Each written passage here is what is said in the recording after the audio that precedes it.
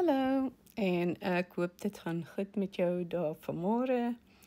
En ek sit maar net hier en ek wil gou 'n kort video maak. Daar's allerlei dinge wat nou rondgaan en almal praat van die Afrikaner wat in gevange geneem is deur ICE, wat in 'n detention center is nadat hy in die Verenigde State ingekom het met 'n toeristevisa en hy het aansoek gedoen vir asiel. Daar is 'n major shift in policy, net hoe hulle deel met mense wat aansoek doen vir asylum, asiel.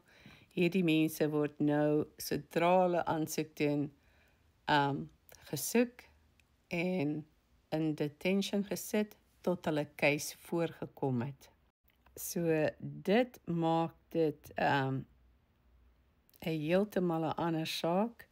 En een Afrikaner het oorgekom op 'n toeristevisa, soos julle al reeds gesien het, en hy was gearrest, gevange geneem, en hy sit al reeds 4 maande in 'n ICE facility. Nou, in die verlede was baie van was dit die catch and release system onder Biden.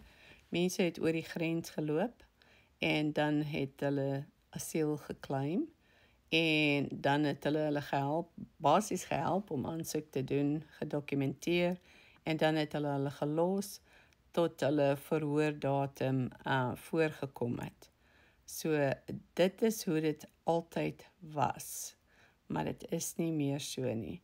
So van die Afrikaners wat in Suid-Afrika is en net moeg gewag is en wat dink hulle kan die stelsel bypass of vinniger kom, dis 'n slegte idee, baie slegte idee. Moenie aansoek doen op daardie manier nie, want ek sien daar is wat met een Afrikaner alreeds gebeur het.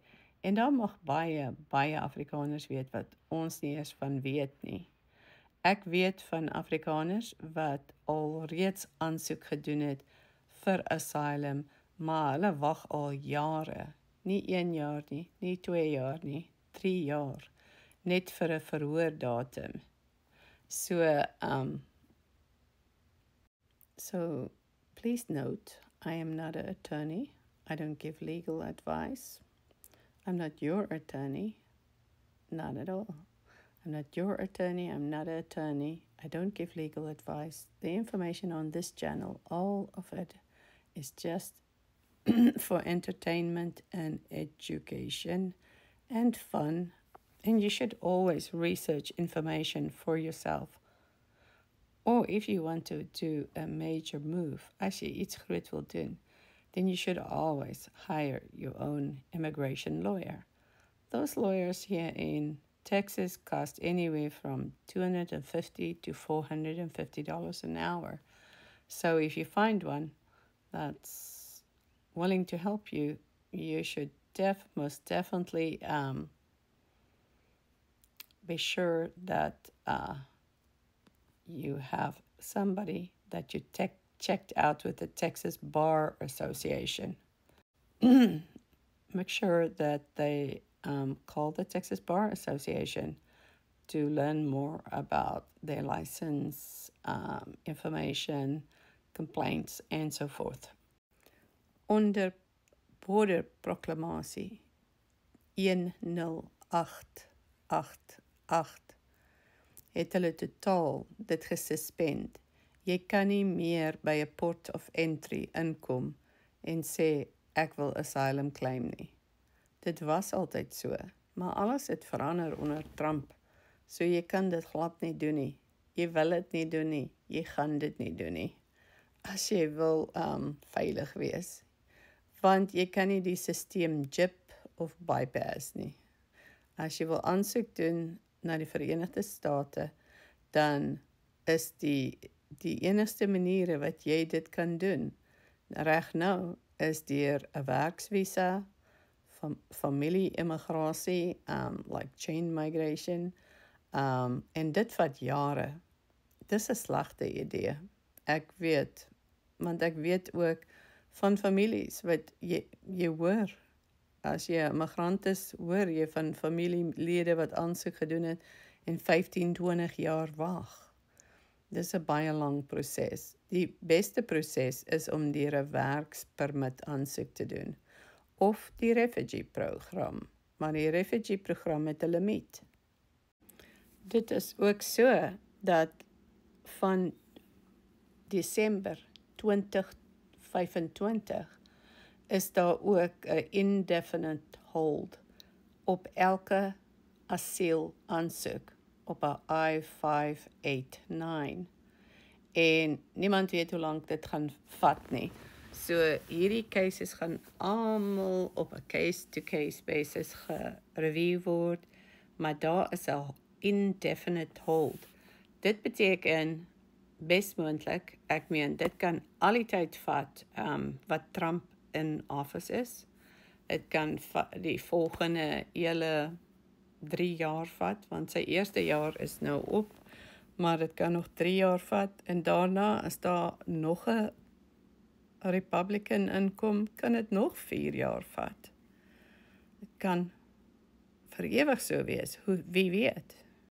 So reg nou is dit basies so dat vir elke asiel case is detention die antwoord of 'n enkel monitor. So dit is nie 'n manier om te lewe nie. So dis nie die antwoord vir enige iemand nie. So weer eens, as jy gedink het, jy kan die sisteem verby hardloop of jip of wat ook al jy dit moet noem, dis nie 'n goeie plan nie. Dis werklik 'n slegte plan. So moenie dit doen nie. En dis al wat ek vandag vir julle te sê het. Ek wil nie lank oor ander goed praat nie. Ek het baie dinge wat self in my lewe aangaan, wat ek moet oplos. So ek hoop julle het 'n mooi dag, en dis rarig warm in Texas. Ek weet nie, dis so humid en dis so grys, overcast, en dit is omtrent 24 grade Celsius in Texas vandag, en dis die 27ste Desember, en dis in Austin, Texas.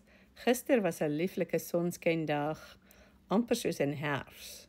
Maar jy moet ook onthou dat Desember die 21ste is wanneer die dae weer begin langer word. Ons hou almal van die langer dae, want dan kan jy meer dinge buite doen. As ek sê die dae word langer, dan beteken dit in die somer strek die daglig van 6:30 tot 8:30. At least in Austin, Texas, en die surrounding areas, in die hill country. So, ja, so dis maar al wat ek wil sê. Julle sal hoor dat almal praat hier oor, al die ander content creators. So ek hoop dat julle kry hierdie boodskap.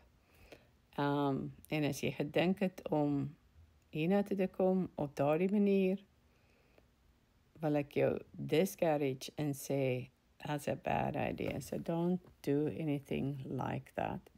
Have a nice day.